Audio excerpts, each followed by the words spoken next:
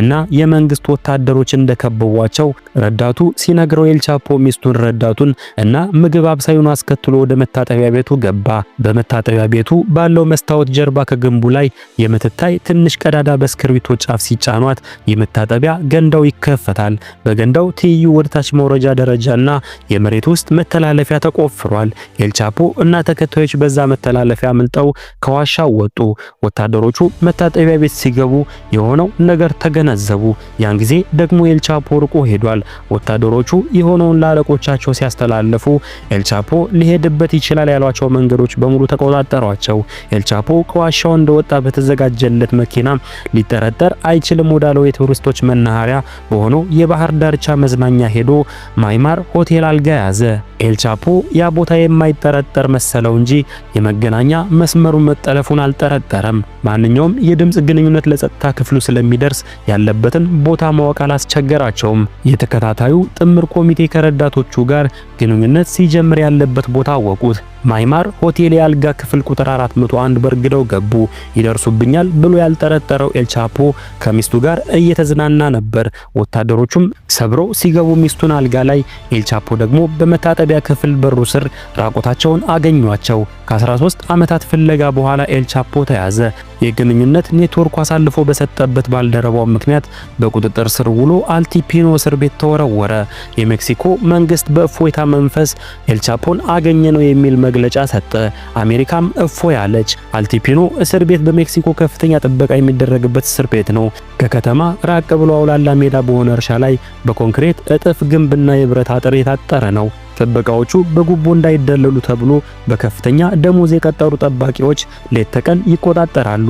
በብረት ለበስ መኪና ሆኖ በተጠንቀቅ የሚጠብቁ ወታደሮች አነፍናፊ ውሻ ጭምር በከፍተኛ ንቃት ይጠብቃሉ። የአደንዛዥ ዕፅ አዘዋዋሪዎች አውሮፕላን ጭምር ያላቸው በመሆኑ ለምናልባቱ ጥቃት እንዳያደርሱ ተብሎ የአየር መቃወሚያ ተጠምዶበታል። በጥቂት ሜትሮች ርቀት ወታደሮቹ ይዘዋወራሉ። በእያንዳንዱ ታሳሪ ክፍል ካሜራ ስለተገጠመ እያንዳንዷን እንቅስቃሴ በኮምፒውተር የሚከታተሉ ባለሙያዎች አሉ። ኤልቻፖ ልማደኛና በከፍተኛ ደረጃ የሚፈለግ ወንጀለኛ ስለሆነ ልዩ ጥንቃቄ ተደርጎበታል። በመጸዳጃ ክፍሉ ካለው መቀመጫ ሳህን በስተቀር ሁሉም ነገር በካሜራ ስር ሆኗል። ያለበትን የሚጠቁም መሳሪያ ክንዱ ላይ ታስሮበታል። ከክፍሉም እንዲወጣ አይፈቀድለትም። ሞባይልም አያገኝም። ሊያገኙት የሚችሉት ሚስቱና ጠበቃው ብቻ ናቸው። ከውጭ ያሉትንም ሰዎች የሚያገኘው በእነዚህ ሰዎች አማካኝነት ነበር። በ32 ዓመት የሚበልጣትና በአንድ ወቅት የቁንጅና ውድድር አሸናፊ የሆነችው ሚስቱ ኤማ የእሱን መልእክት ለረዳቶቹ ታስተላልፋለች። ለአሜሪካ ተላልፎ የመሰጠት ዕድል ስላለ ኤልቻፖ እጅግ ተጨነቀ። ሰዎቹ ከዚያ እስር ቤት እንዲያወጡትም ፈለገ። ኤልቻፖ የቀድሞ የፖሊስ ጓደኛውን ዳማስ ላፔዝን አስታወሰ። ዳማስ ላፔዝ ከ13 ዓመት በፊት ኤልቻፖን ከእስር ቤት እንዲያመልጥ ረድተሃል ተብሎ ከስራ ተባሮ ስለነበር ገቢ አልነበረውም። ለላፔዝ የሚወደውን ዶላር አስታቅፎ በሱ ምትክ የቡድን መሪ እንዲሆን መደበው። ላፔዝ ተስማማ። ለወንጀለኞች የጥበቃ ኃላፊ የነበረው ላፔዝ በአንድ ጊዜ በዓለም ትልቁ የወንጀለኞች ድርጅት አዛዥ ሆነ። ላፔዝ የእስር ቤቱን የሴኩሪቲ ሲስተም ስለሚያውቀው ለማምለጥ ለሚያደርገው እቅድ አስፈላጊ ነበር። አሜሪካ ሳትቀድማቸው ለመቅደም ለማስመለጥ እቅድ ነደፉ። ብቸኛ መፍትሄ የውስጥ ለውስጥ መተላለፊያ ዋሻ ቆፍረው ኤልቻፖ ካለበት ክፍል ድረስ ነበር። ከዚያ በፊት ከእስር ቤት ያመለጡ እስረኞች ታሪክ የሚያሳየው ከውስጥ ወደ ውጭ በመቆፈር ነበር። የኤልቻፖ ጉድ ግን ከውጭ ወደ ውስጥ ለመቆፈር ታቀደ። ለስራው እንዲያመቻቸው ከእስር ቤቱ ቅርብ የሆነ መሬት ግዥ ተከናወነ።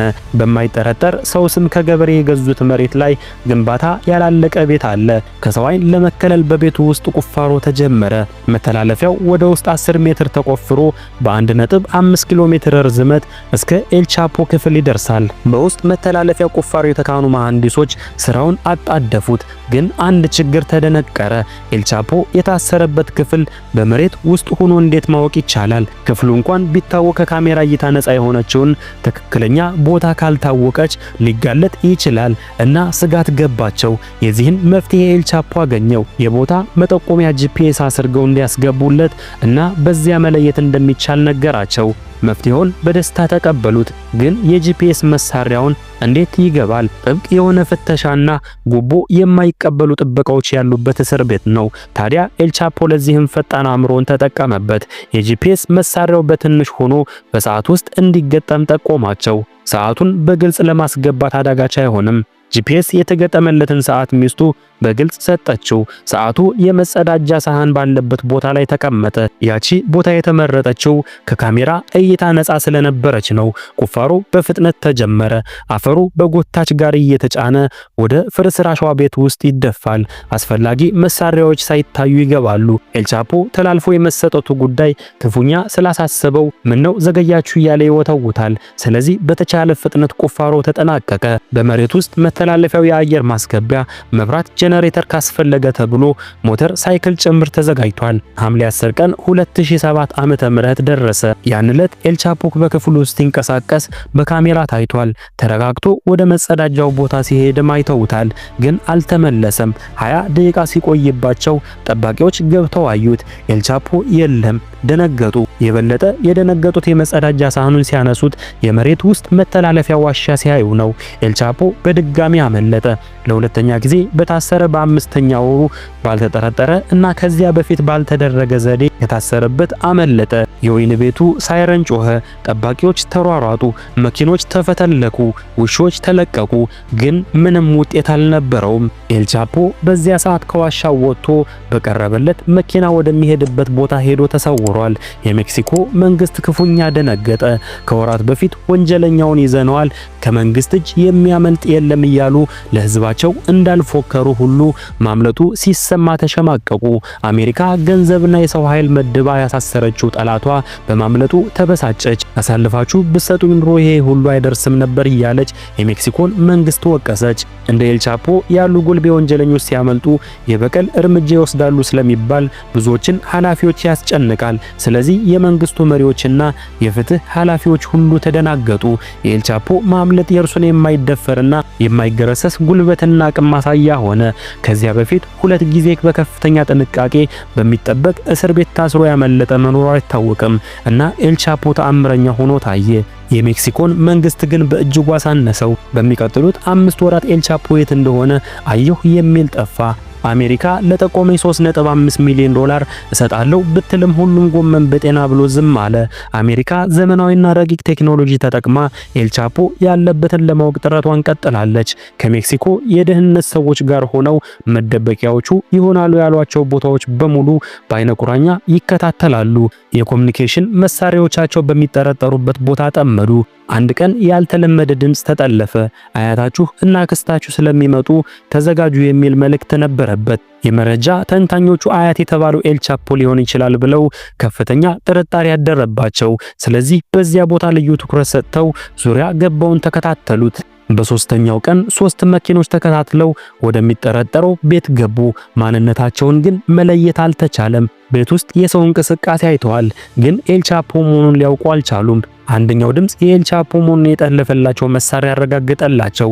እንደተለመደው በድንገት ሳይሰወርባቸው ኮማንዶዎች ቤቱን ጥሰው እንዲገቡ ታዘዙ።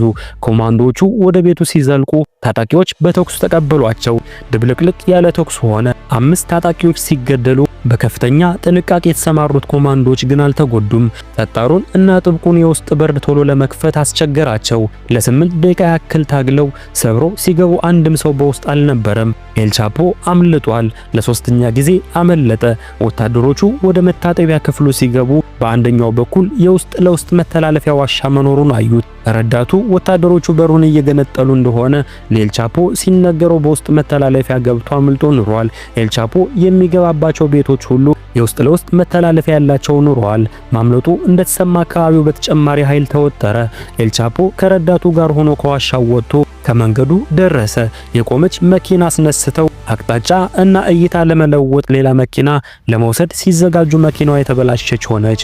በዚያ ወቅት ደግሞ በጥበቃ ላይ ያሉ እና የሚጠረጥሩትን ሁሉ እንዲጠይቁ የታዘዙ 4 የፌዴራል ፖሊሶች ጋር ተገጣጠሙ። ቁሙ አሏቸው። ኤልቻፖ በሚሊዮን የሚቆጠር ዶላር እንደሚያስታቅፋቸው እና እንዲለቋቸው ለማግባባት ሞከረ። ፖሊሶች ግን ከገንዘብ ይልቅ ለሙያቸው የታመኑ ነበርና እምቢ ብለው ላለቆቻቸው ሪፖርት አደረጉ። ኤልቻፖ ማግባባቱን ወደ ማስፈራራት ለወጠው። ካልለቀቃችሁን ሚስቶቻችሁና ልጆቻችሁን በፊታችሁ ይገደላሉ አላቸው። አልሰሙትም። በዚያን ጊዜ እንደዚህ አይነት ትዕዛዝ መስማት የሚያስደነግጥ ቢሆንም አልሰሙትም። በቅርባቸው ወደሚገኝ ሆቴል ከረዳቱ ጋር ወሰዱት። ወዲያው ጠመንጃ ያነገቡ ቡድኖች ደረሱ። ኤልቻፖ የያዙትን ፖሊስ አሁን ዋጋችሁን ታገኛላችሁ ብሎ ፎከረባቸው። የራሱ ታጣቂዎች መስለውት ነው፣ ግን ኮማንዶች ኑረዋል። ኤልቻፖ ተያዘ። ለሶስተኛ ጊዜ በእጁ ሰንሰለት፣ በእግሩ እግር ብረት ተጠለቀለት። ሊያመልጥ ይችላል የሚለው ስጋት በአሜሪካና የሜክሲኮ መንግስት ስላስጨነቃቸው ሳይውል ሳያድሩ ወደ አሜሪካ ተላልፎ እንዲሰጥ ወሰኑ። የከፍተኛ ፍርድ ቤት ዳኛ ኤልቻፖ በአሜሪካ ላይ በፈጸመው ወንጀል ምክንያት ተላልፎ እንዲሰጥ ወሰኑ። ታዲያ ዳኛው ኤልቻፖ ወደ አሜሪካ ከመጓዙ በፊት በታጣቂዎች ተገደሉ። ግድያው ለመበቀል እንደሆነ እንጂ የኤልቻፖን ወደ አሜሪካ መሄድ አላስቀረውም። ኤልቻፖ በዝግ መኪና ተሳፍሮ ወደ አውሮፕላን ጣቢያም ሆነ ወደ አሜሪካ ሲወሰድ ግልጽ አልሆነለትም። ኒውዮርክ ሲደርሱ የት ነው ያለሁት ብሎ አሳሪውን ጠየቀው። ኒውዮርክ መሆኑ ሲነገረው ክፉኛ ደነገጠ። አይኑም እንባ አቀረረ። የድንጋጤ እና የእንባው ማቅረር በተነሳው ፎቶግራፍ በግልጽ ይታያል። ለዓመታት ስታባረው የነበረውን ጠላቷን እጇ ውስጥ ስታስገባ አሜሪካ ተረጋጋች። ኤልቻፖ የፈራው አልቀረም። በኒውዮርክ ፍርድ ቤት በአደገኛ እጽ በማዘዋወር ህገወጥ ንግድ በማካሄድ ሐሰተኛ ገንዘብ በማተምና በሺዎች የሚቆጠሩ ሰዎች ግድያ ተከሰሰ። በሁሉም ክሶች ጥፋተኛ ነህ ተባለ። ምህረት የማያሰጥ የእድሜ ልክ እስራትና ተጨማሪ 30 ዓመታት እስር ተፈረደበት። እድሜ ልክ ከታሰረ በኋላ 30 ዓመት።